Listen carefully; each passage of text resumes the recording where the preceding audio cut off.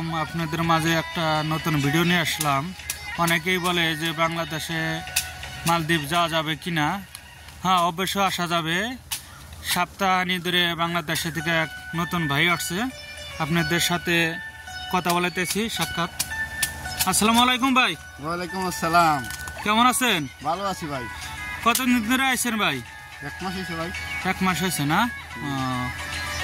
কত টাকাতে আসলেন? 5 লাখ। 5 লাখ না? কি কোম্পানিতে আসছেন? সাসি কোম্পানি। সাসি কোম্পানিতে। তে কোম্পানি কেমন, কি সুযোগ সুবিধা আছে?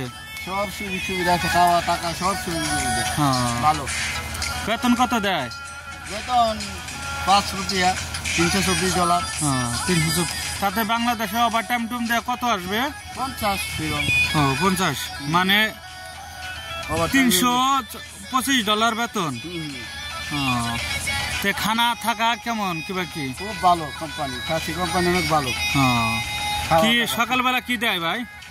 সকালবেলা নাস্তা, ভাত, রুটি সব কিছু আছে। দুপুরে সব কিছু আছে, সুযোগ সুবিধা খুব ভালো। দুপুরে কি দেয়? দুপুরে ভাত, মাংস, ডাল সব কিছু।